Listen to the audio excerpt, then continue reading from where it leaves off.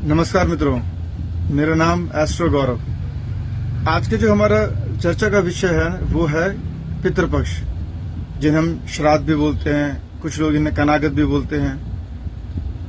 हमारे पास जो आजकल कॉल्स आ रही हैं वो सबसे ज्यादा इस चीज की आ रही है कि पंडित जी हमें सपने में हमारे पितर दिखाई देते हैं। अब पितरों को सबसे पहले तो समझना पड़ेगा कि पितर होते क्या हैं। अगर हम पितरों की बात करें तो पितर हमारे परिवार के वह सदस्य होते हैं जो कि अपना प्राण त्याग चुके हों। अब इसके अंदर बूढ़े व्यक्ति हो सकते हैं, जवान हो सकते हैं, शादीशुदा हो सकते हैं, बिना ब्याहे व्यक्ति भी इसके अंदर आ सकते हैं।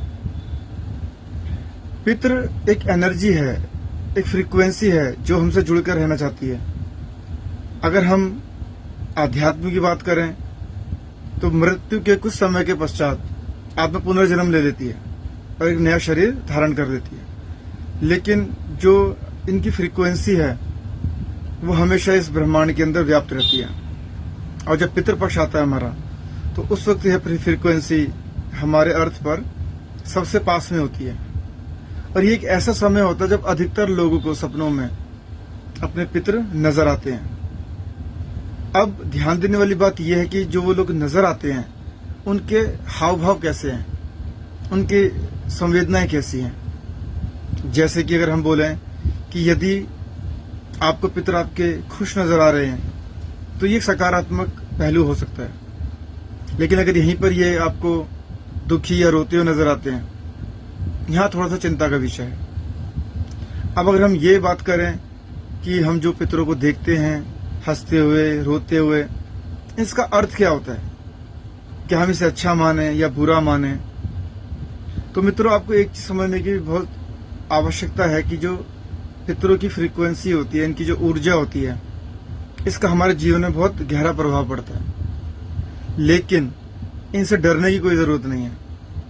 बहुत से लोगों को हमने देखा है कि वो हमारे क्लाइंट्स को पितृदोष बोलकर डरा देते हैं और फिर उनसे तरह तरह के उपाय करने के लिए बोलते हैं। यदि आपके पितृ आपसे नाराज है ना, तो आप एक चीज मान के रखिए, आप उनका डीएनए हैं।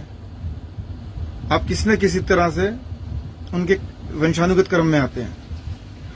तो जब आप जिनका डीएनए हैं और अगर आप आपसे नाराज हैं, तो क्या वो आपसे खुश नहीं होंगे? बस आपको थोड़े से उपाय करने की जरूरत है।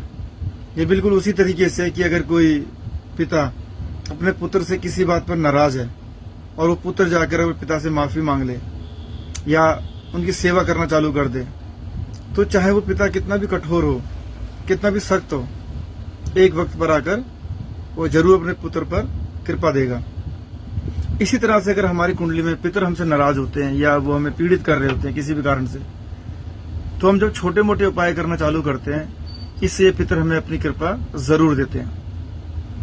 अब सवाल उठता है कि हम कैसे पहचाने कि हमारे पितर हमसे खुश हैं या दुखी हैं, या वो हमसे नाखुश हैं। अब कुछ ऐसे सिम्टम्स हैं, ऐसे कुछ लक्षण हैं जिनके आधार पर आप ये जान सकते हो कि आपके पितर आपसे खुश हैं या नाखुश हैं। देखिए, यदि आपके घर के अंदर हमेशा कलह रहता हो, आपके बनते बनते काम बिगड़ रहे हों, घर में जो युवा हमारी महिलाएं होती हैं वो गर्भ धारण ना कर पा रही हों, घर के जो पुरुष सदस्य हैं उनकी बार बार नौकरी या तो छूट जाती हो, व्यापार में घाटा आता हो, या उनके जीवन में स्थिरता ना आ रही हो, अत्यधिक धन कमाने के बाद भी उनका पास पैसा रुक ना पाता हो, कर्जा हो, घर में लगातार बीमारियां होती हों, या घर में हर समय समय के बाद कोई ना कोई दुर्घटना होती रहती हो, तो हम ये मान सकते हैं कि हमारे पितर हमसे रूठे हुए हैं या पीड़ित हैं।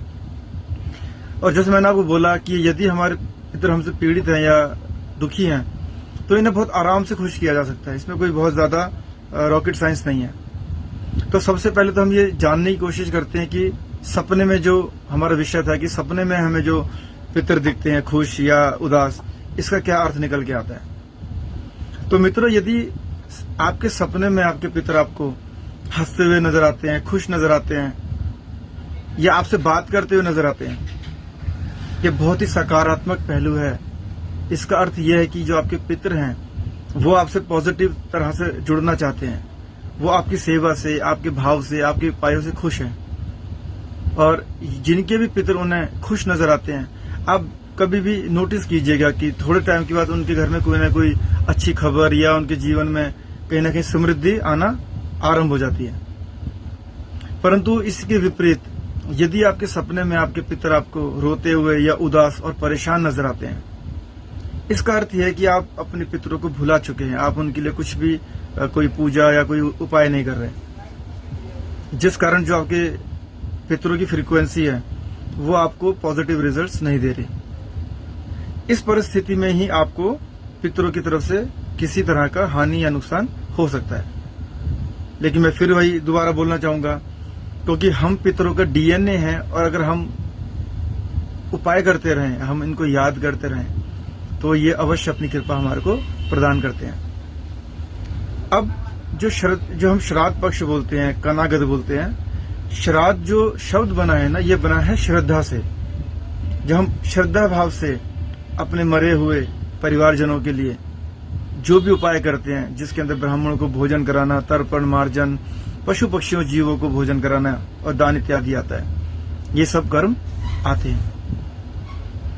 अब अगर आपको लगता है कि आपके पितर आपसे खुश नहीं है, तो बहुत ही सरल उपाय हैं जिनको कर आप अपने पितरों को खुश कर सकते हैं। जिसमें सबसे सरल उपाय है कि आप अपने पितृ पक्ष में अपने घर के दक्षिण दिशा में, स्पेशली साउथ वेस्ट डायरेक्शन में, सरसों के तेल का दिया जलाकर और उनसे क्षमा प्रार्थना मांगना आरंभ कर दीजिए। पितृ पक्ष में तो यह कार्य करना ही करना है। इसके अलावा आप प्रतिवर्ष या पूरे वर्ष हर रोज इसको अपनी एक नियमित क्रिया बना सकते हैं। जैसे ही आपका संध्या ढलती है, शाम ढलती है, आप साउथ वेस्ट दिशा में सरसों के तेल का दिया जलाकर पितरों से क्षमा प्रार्थना मांग सकते हैं। इसके अतिरिक्त अमावस्या के दिन आप अपने पितरों के नाम का भोजन निकालकर या कच्चा सामान निकालकर, जिसको सामान्य भाषा में सीधा बोला जाता है, भी आप किसी ब्राह्मण को दान कर सकते हैं। पितृपक्ष में एक ऐसा समय होता है जब हमारे पितरों की फ्रीक्वेंसी हमारे बहुत करीब होती है, ये हमसे मिलना चाहती है।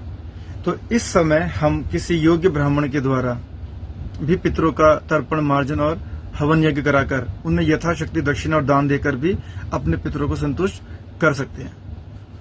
तो बस दोस्तों, पितरदोष होने पर भी ज्यादा घबराने की आवश्यकता नहीं है। आपको केवल सामान्य तरीके से पूजन करना है और अपने पितरों को खुश करना है।